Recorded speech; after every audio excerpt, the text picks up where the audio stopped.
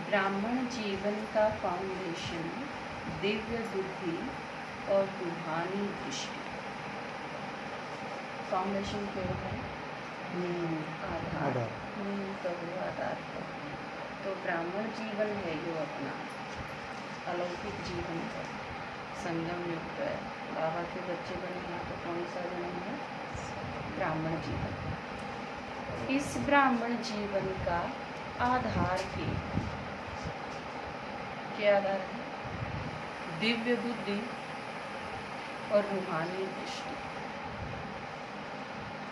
ये दोनों चीजें बेस हैं ब्राह्मण जीवन। जिस ब्राह्मण के पास दिव्य बुद्धि और रूहानी दृष्टि है, इसका मतलब वो ब्राह्मण है। बेस का मतलब क्या है? अगर ये चीज नहीं तो वो ब्राह्मण जीवन है नहीं, कोई काम का भी नहीं। आज दिव्य बुद्धि विधाता और रूहानी दृष्टि दाता, बाप दादा चारों ओर के दिव्य बुद्धि प्राप्त बच्चों को देख रहे हैं। हर एक ब्राह्मण बच्चे को ये दोनों वरदान ब्राह्मण जन्म से ही प्राप्त है, जिसमें क्या करें? बर्थराइट। क्या हो बर्थराइट? जन्म से अधिकार। पैदा हुए और ये दोनों चीज मिली। इस खातर हमने कुछ करना नहीं पड़ा। आप बाबा के बने, आप आत्मा हो, सृष्टि का ड्रामा के ऊपर घूमे हैं, चक्र किस तरह ऊपर से नीचे आ रहे हैं। हम किस तरह देवता बने, फिर नीचे उतरते उतरते नीचे आए, फिर ब्राह्मण बने, फिर बनाए देवता। ये सारा चक्र बुद्धि में हम ईब के हैं, हम भविष्य में के होंगे, हम पास्ट में के थे, सारी चीज क्लियर है एकदम। तो इस चीज खातर हमने क्या करना पड़ा? ज्ञान होया, परमात्मा मिला और ये सारी चीज मिली, दिव्य बुद्धि मिली ने। बुद्धि था अगर हम आड़ बैठे बैठे देखा तो सतयुग भी दिखा है, द्वापर भी दिखा है, अपना पूज्य स्वरूप दिखा है। फिर हम नीचे आए, शूद्रपना भी दिखा है।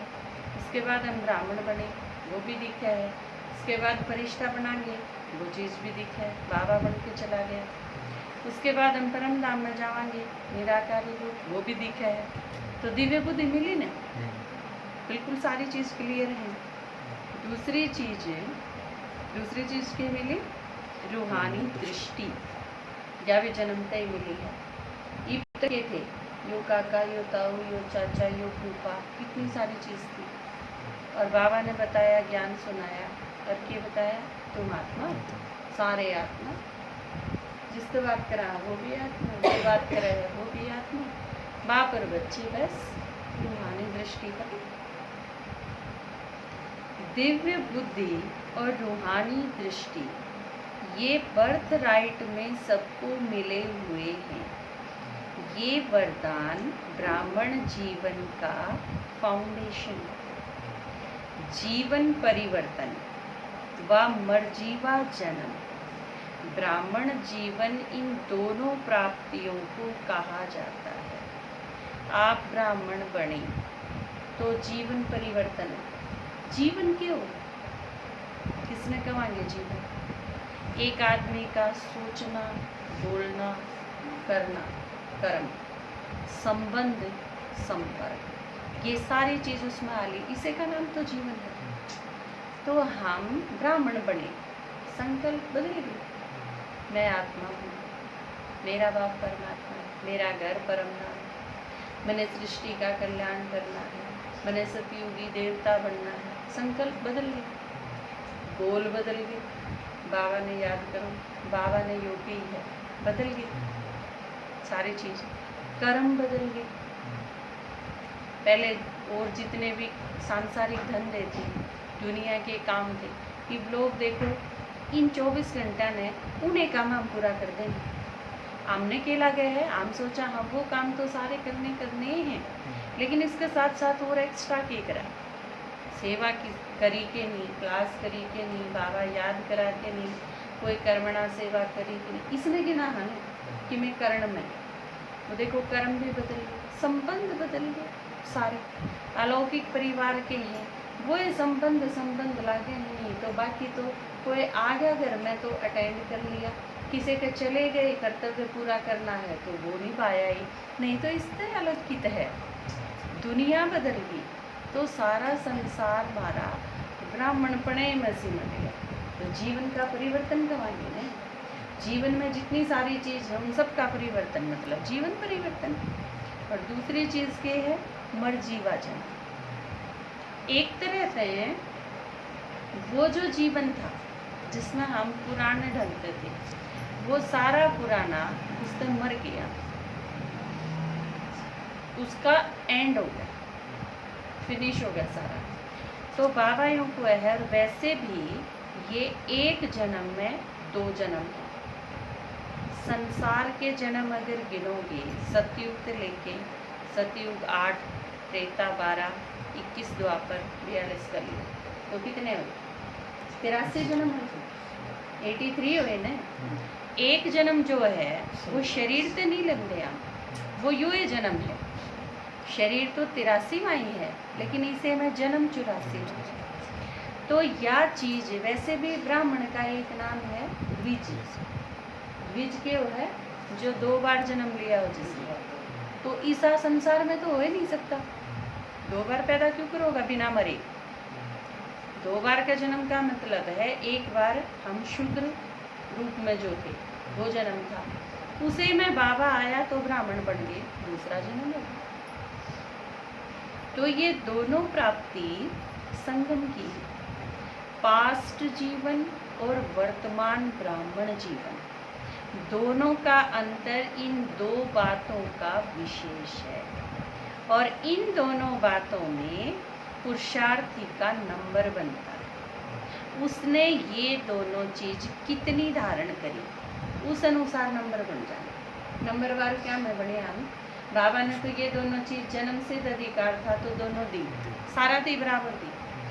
एक जिस तरह बाप है वो सारे बच्चा थे 4-4 किले दे दिए, 3 लड़के हैं उसके 12 किले दे दिए उसने 4-4, बाप तो बराबर है मिले। कि मान लो 15 साल में 10 साल में एक लड़के के पास 20 किले हैं, एक के पास 2 किले हैं, तो ये उनका अपना पुरुषार्थ है। तो बाबा तो जो चीज मिली है वो सारी हमें बराबर मिली, लेकिन आगे फिर हम पुरुषार्थ में नंबरवार हो जावा, हाँ कौन कितनी उसने यूज करे ले। इन 2 बातों को सदा हर संकल्प में, गोल में, कर्म में जितना जो यूज करता है उतना नंबर आगे लेता है। रूहानी दृष्टि वृत्ति में स्वतः ही फिर कृति भी बदल जाती है। दिव्य बुद्धि द्वारा स्वयं प्रति, सेवा प्रति, ब्राह्मण परिवार के संबंध संपर्क प्रति सदा और स्वतः हर बात के लिए निर्णय यथार्थ होता है। किस चीज का अगर निर्णय कराएंगे तो दिव्य बुद्धि का अगर निर्णय कराएंगे, दिव्य बुद्धि का अगर निर्णय करे तो वो निर्णय सही होंगे, वह अगर हटगी तो फिर निर्णय साधारण होंगे। और जहाँ दिव्य बुद्धि से निर्णय होता है तो निर्णय के आधार से अपने आप ही स्वयं भी, सेवा भी, संबंध संपर्क भी शक्तिशाली बन ही जाता है। मूल बात है दृष्टि और बुद्धि। आज बाप दादा सभी बच्चों की दिव्य बुद्धि को चेक कर रहे हैं। सबसे पहली दिव्य बुद्धि की परख, पहली परख दिव्य बुद्धि है कि नहीं, वो सदा बाप को, स्वयं को और हर ब्राह्मण आत्मा को जो है जैसा है वैसे जानकर उस रूप में बाप से जितना लेना चाहिए वो अधिकार सदा प्राप्त करता रहता है। जो बाप ने बनाया है, सेवा के निमित्त रखा है, तो ब्राह्मण जीवन की विशेषता व दिव्य गुण आपको दिए हैं। जैसा निमित्त बनाया है ना, तो उसको पहचान कर आगे बढ़ना है।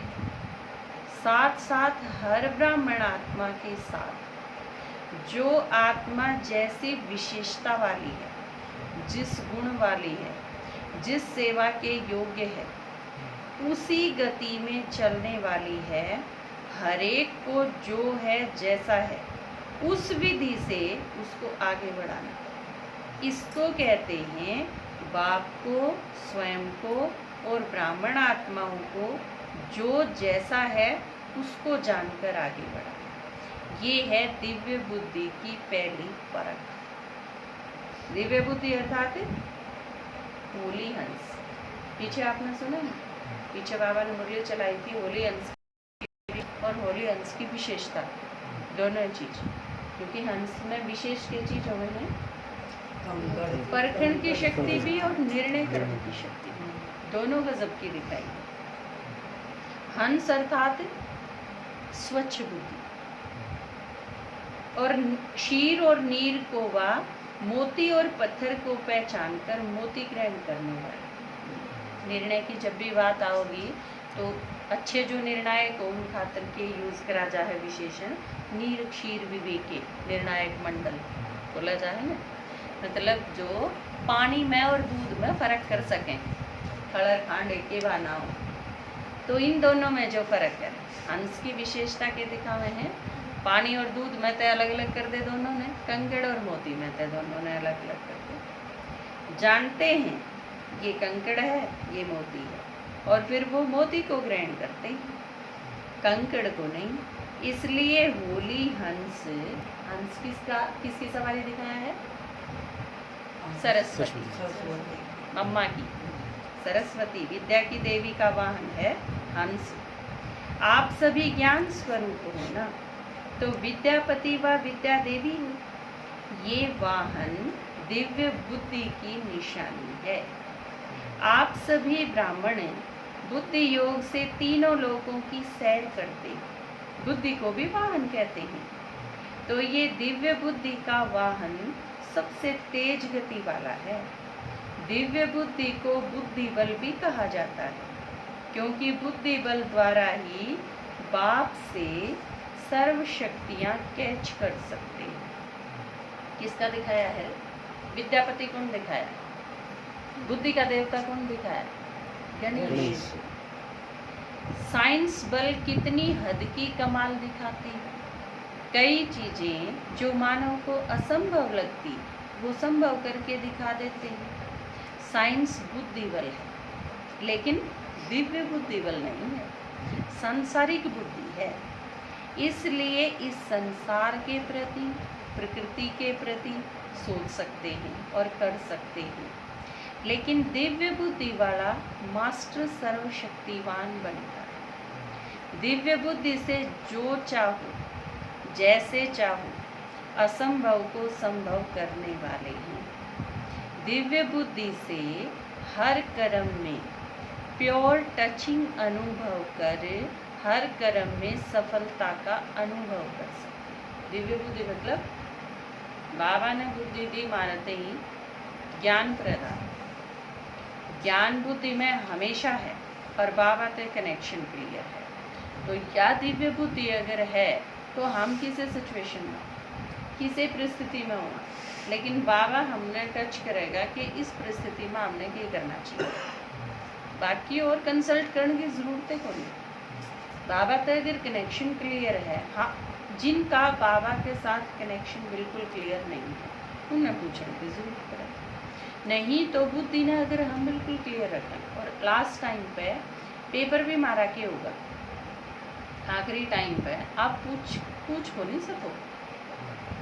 ईद जो परिस्थिति चल रही है, कोरोना का काल चल रहा है, महामारी का टाइम है, हमने बहुत सारी चीज़ों का ख्याल रखना है, स्वच्छता का ख्याल रखना, डिस्टेंस का ख्याल रखना, ये सारी चीज़ों का ध्यान रखना है। लेकिन इन सब के बीच में अगर आपने कुछ पूछना है, कोई सुझाव लेना है या कंसल्ट करना है, तो आप फ़ोन है आपके पास, आप यूज़ कर सको, कोई दिक्कत नहीं। लेकिन अगली जो प्रॉब्लम आओगी उसमें साइंस के ये साधन भी फेल हो जाएंगे। फ़ोन वगैरह नहीं होंगे आपके पास, आप बात नहीं कर पाओगे। ईब आपने एक चीज़ देखा, आप एक दूसरे के पास जा नहीं सकते, क्या चीज़ तो आ गई, लेकिन सेकंड है कि फिर बात भी नहीं कर सकते, तो फिर क्या चीज़ बाकी रह जाएगी, फिर बुद्धि वाला काम आओगा। जो असली टेलीफोन है यो काम आओगे। बाबा नु कहे साइलेंस की पावर उस टाइम काम करे। इबे साइंस की पावर तक काम चला रहेगा। सारी चीज़ तो नहीं फेल हुई, लाइट नहीं फेल हुई और साथ साइंस के सारे साधन। लोग घर बैठे बैठे बोर हो रहे हैं, लेकिन टीवी है, नेट है, मोबाइल है, बोर उनकी कोई प्रॉब्लम है तो नहीं। इतनी सारी चीज़ हैं।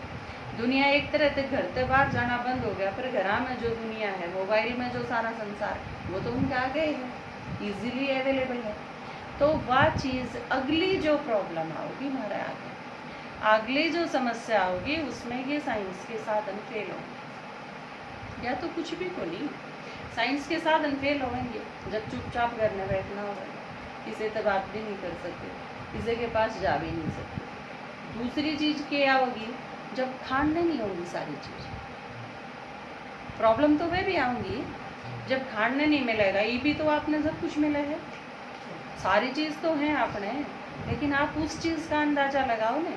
बाहर लिकड़े तो मरे और घर ने खाने की में है नहीं, उस सिचुएशन में आदमी क्या करे। इन लोगों के साथ जो ये प्रवासी हैं, यह चीज़ तो बन रही। जिन घर में थे पीछे थोड़े बहुत थे वो खत्म हो गए, जिनके घर में थे उन्हें बाहर निकाल दी, किराया दो, नहीं तो फिर बाहर जाओ। दूसरी चीज़, कमाने के धंधे नहीं रहे, धंधे सारे चौपट, चुपचाप बैठो, मिल गया तो खा लिया, ना मिल गया तो भूखे रहे। आप देखो किसी सिचुएशन में, क्योंकि अपने घर में तो फिर भी लोग यूँ हुए हैं, मेरा घर है, परिवार है, पड़ोस है, और ना तो एक दूसरे से सहयोग से ही काम चला ले। अब आप सोच के देखो, आप कितने अननोन जगह पे हो और पीसा आपका खत्म हो गया और धंधा करने में है नहीं, तो फिर क्या करेंगे। तो कितनी बड़ी प्रॉब्लम है, कितनी बड़ी से। आप बाबा के बच्चे हो, आपके आगे वह प्रॉब्लम नहीं आओगी, क्योंकि बाबा ने कहा मैं कंबाइन हूँ। बाबा का एक स्लोगन सबसे बड़ा के है, मैं हूँ ना। आपने तो सिर्फ करना क्या है, ब्राह्मणान तो करना क्या है, बुद्धि की लाइन क्लियर रखनी है, बाबा साथ रखना, और कुछ नहीं करना। बस ये दो चीज़ होंगी तो हमारा बेड़ा पार, और गणी सी चिंता करने की जरूरत है। लेकिन आगे परिस्थिति इस टाइप की आऊँगी। अब जिसका मोबाइल बिना काम नहीं चलेगा तो उसने परेशानी होगी। अब जिसने थोड़ा बहुत भी प्यास, भूख और गर्मी, सर्दी ये चीज़ नहीं सहन करना सीखा होगा, प्रकृति जीत नहीं बने होंगे, तो वह चीज़ भी परेशान करेंगे। लेकिन जिसने ये चीज़ सीख ली उसका तो कोई दिक्कत नहीं। वो एक तरह तैसाए है कि ये पेपर आने हैं, आपने इन पेपरों की तैयारी कर रखी है। जिसने तैयारी कर रखी है कोई प्रॉब्लम नहीं, जिसकी तैयारी अधूरी है, जिसने कम तैयारी कर रखी है, नेचुरल रूप से परेशान तो होगा। जिस बालक ने कि में नहीं पढ़ रहा है, पेपर आ गया ऊपर से, तो फिर तो प्रॉब्लम हो गई, कुछ नहीं आता। जिसने तैयारी कर रखी है वो नहीं सोचेगा पेपर कैसी हो। तो ये जो ये पेपर आएंगे ये आपकी तैयारी ने दिखाऊंगे, जो परिस्थिति आऊंगी वो आपका तर पेपर है। तो बाबा के कहें दिव्य बुद्धि किसी भी माया को हरा सकती है, क्योंकि जहाँ बाबा की टचिंग है, प्योर टचिंग है, मिक्सचर नहीं। क्योंकि ना पढ़ाया चीज़ कई बार अपने संकल्प हो, मेरा आत्मा ने सोच ले बाबा ने कही है या जो मेरे वो वह अपनी ये है, जहाँ बाबा ने कहा मिक्सचर नहीं, प्योर टचिंग, जो मैं कहूँ वो ही। प्योर टचिंग अगर है तो फिर माया का वार असंभव है। माया का आना तो छोड़ो, लेकिन माया टच भी नहीं कर सकती। फिर सफलता आपके लिए वरमाला बन जाती है, शेर साथी बन जाता है, वाहन बन जाता है। शेर फिर क्या करेगा, सवारी बन जाएगा। दुर्गा खातर, दुर्गा डरे थोड़ी है शेर पे, ऊपर बैठी है शेर के, शेर उसका सहयोगी है, जरा के वही ले जाएगा, सवारी हो गया ना। तो ये परिस्थिति, ये दिक्कतें आपने फिर परेशान नहीं करेंगे, आपकी सहयोगी बन जाएगी। शेर फिर साथी बन जाता है, वाहन बन जाता है, खिलौना बन जाता है, परिवर्तन हो जाता है ना। तो आप सतो प्रधान आत्माओं की आगे, दिव्य बुद्धि आत्माओं के आगे, वरदानी आत्माओं के आगे माया क्या है। दिव्य बुद्धि बल बहुत श्रेष्ठ बल है, सिर्फ इसका यूज करो, जैसा समय उसी विधि से यूज करो। तो सब सिद्धियां आपकी हथेली पर हैं, सिद्धि कोई बड़ी चीज नहीं है, सिर्फ दिव्य बुद्धि की सफाई है। जैसे आजकल के जादूगर हाथ की सफाई दिखाते हैं ना, तो ये दिव्य बुद्धि की सफाई है। आप सभी ब्राह्मणों ने सब सिद्धियां प्राप्त की हैं, लेकिन दिव्य सिद्धियां, साधारण सिद्धियां नहीं। तभी तो आपकी मूर्तियों के द्वारा भक्त सिद्धि प्राप्त करते हैं। जब सिद्ध स्वरूप आप बने हैं, तभी तो भक्त आपसे मांगते हैं। तो समझा दिव्य बुद्धि की क्या कमाल है, स्पष्ट हुई दिव्य बुद्धि की कमाल। लेकिन आज क्या देखा होगा? टीचर्स से बाप दादा का प्यार है, इसलिए बाबा उनको मेहनत नहीं करने देते। दिल का प्यार तो यही होता है। आपका जिससे प्यार होगा, वो कि मैं काम लाग रहा हो तो आप क्या कहोगे? हटो मैं करूँ, या फिर कहोगे सेकंड ग्रेड के कमेंगे अगला मैं भी करवाऊँ। खाली तो नहीं खड़े रहेंगे एटलीस्ट। तो बाबा क्या है, बाप दादा का टीचर से प्यार है, इसलिए उनको मेहनत नहीं करने देते। दिल का प्यार तो यही होता है ना। अच्छा, फिर दूसरी बार सुनाएंगे कि और क्या क्या देखा, थोड़ा थोड़ा सुनाएंगे। सबके अंदर अपना चित्र तो आ रहा है ना। देश विदेश में इस समय सेवा की धूम बहुत अच्छी है, आवाज गूंजती हुई चारों ओर फैल रही है। अच्छा, सब दिव्य बुद्धि रूहानी दृष्टि की वरदानी आत्माएं, सदा बुद्धि बल को समय प्रमाण, कार्य प्रमाण यूज करने वाली ज्ञान स्वरूप आत्माओं को सदा अपने फरिश्ते रूप द्वारा अखंड सेवा करने वाले सहज पुरुषार्थी आत्माओं को बाप दादा का याद प्यार और नमस्ते। रूहानी बच्चों के रूहानी बाप दादा को याद प्यार और नमस्ते बाबा। ओम शांति।